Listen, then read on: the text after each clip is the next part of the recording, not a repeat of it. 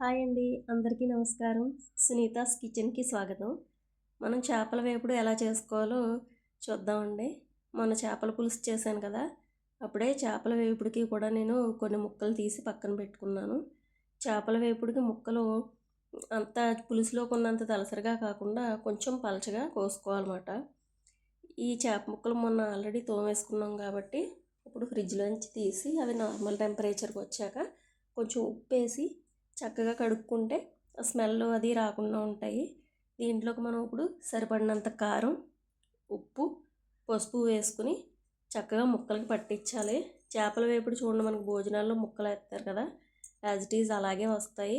చక్కగా ఉప్పు కారం అవి కూడా లాక్కుంటాయి. కాబట్టి ఎలా వేస్తున్నాను, ఎంత వేస్తున్నాను అన్నది మీరు స్టెప్ బై స్టెప్ చూసి మొత్తం వీడియో చూస్తేనే మీకు ఎలా వస్తుంది అన్నది పూర్తిగా అర్థమవుతుంది. కాబట్టి మీరు స్కిప్ చేయకుండా వీడియోని పూర్తిగా చూసి అలాగే సబ్స్క్రైబ్ కూడా చేయండి. మీరు కడ వరకు వీడియోలో ఉంటారో ఉండరో అనేసి నేను ముందుగానే చెప్తున్నాను. Please subscribe. మరిన్ని వంటలు మనం నేర్చుకుందాం. నేను ఉప్పు వేసాను, కారం, పసుపు వేసాను, అలాగే అల్లం వెల్లుల్లి పేస్ట్ కూడా వేసుకున్నాం అండి. ఇప్పుడు దీన్ని ముక్కలకి చక్కగా పట్టించుకోవాలన్నమాట. దీంట్లో మనం ఒక నిమ్మకాయ తీసుకుని 2 నిమ్మ చెక్కల్ని చక్కగా పిండేసుకోవాలి. 2 నిమ్మ చెక్కలు కంపల్సరీ ఉండాలంటే ఒక నిమ్మకాయ మాట. నిమ్మరసం పిండుకుంటే మనకి నీసు వాసన రాదని పిండుకుంటుంది. దీనికి మొత్తం ముక్కలకి చక్కగా పట్టించేసుకుని మీరు ఫ్రిడ్జ్లో పెట్టుకున్నారనుకోండి, మీరు రేపు సాంబార్ పెట్టి వేయించుకోవచ్చు. లేదంటే ముక్కలను అలాగే పిల్లలకి ఇస్తే చాలా ఇష్టంగా తింటారు కదా.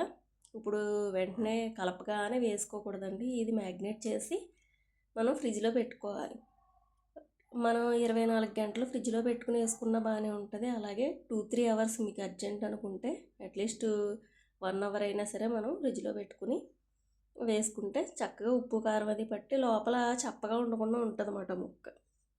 నేను ఉప్పు, కారం, అల్లం వెల్లుల్లి పేస్టు, నిమ్మరసం, పసుపు ఇవి మాత్రమే వేసి ముందు పట్టించానండి ముక్కలకి.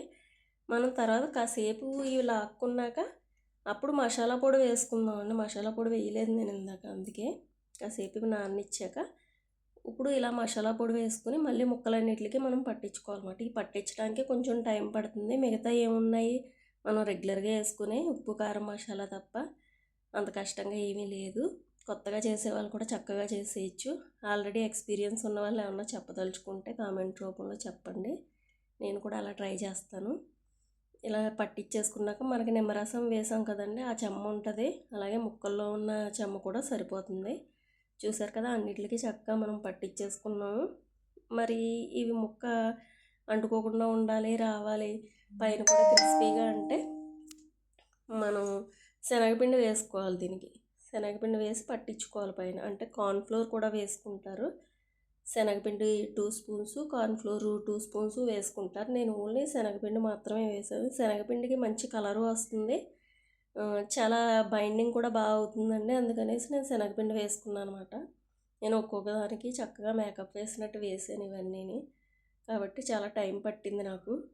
ఇప్పుడు శనగపిండి వేసుకున్నాను. శనగపిండి వేసుకున్నాక ఇప్పుడు పౌడర్ రాసినట్టు అటు ఇటు ఈ ముక్కల్ని శనగపిండి వేసుకున్నాం కదా, దాంట్లో తిరగమరగా వేసేస్తూ ఉంటే పడుతుందండి. ఒక్కో దానికి అలా పట్టించడం అవ్వదు కాబట్టి అన్నిటిని పైకి కిందకి వేస్తే ఆ పట్టి ఆ చెమ్మకు అంటుకుంటుంది కదా, ఆ బైండింగ్ సరిపోతుంది. అది మొత్తం వాటరీగా రావాలి. పైన పకోడీలు పిండి కలిపితే ఎలాగ పూస్తామో అలా పుయ్యక్కర్లేదు, జస్ట్ అలా డస్టింగ్ చేస్తే సరిపోతుంది అన్నమాట.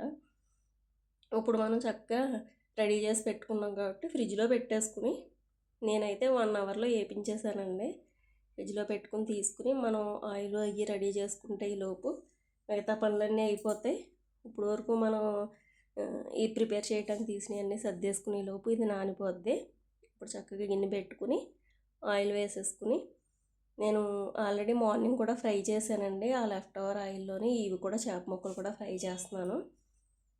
2 ముక్కలు అంటే నిండా నూనె పోసేసుకుని డీప్ ఫ్రై చేసి వేస్తే ఆయిల్ అంతా వేరే కర్రీస్లోకి పనికిరాదు కదా, బాగోదు. మళ్ళీ చేపల కూర ఉండేదాకా దాన్ని దాయలేం కాబట్టి నేను కొంచెం కొంచెంగా వేసుకుని 2 ముక్కలు వేపించాను.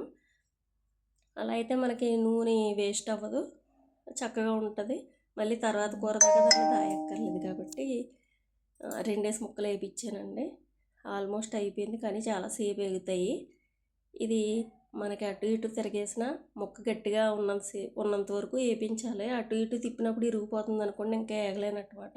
స్టిఫ్గా తయారైంది కదా, ఇప్పుడు వేగినట్టు. మనం దీంట్లో ఏ ఫుడ్ కలరు యాడ్ చేయలేదు, చక్కగా మంచి కలర్ వచ్చినాయి. అయిపోయిందండి, రెడీ టు ఈట్.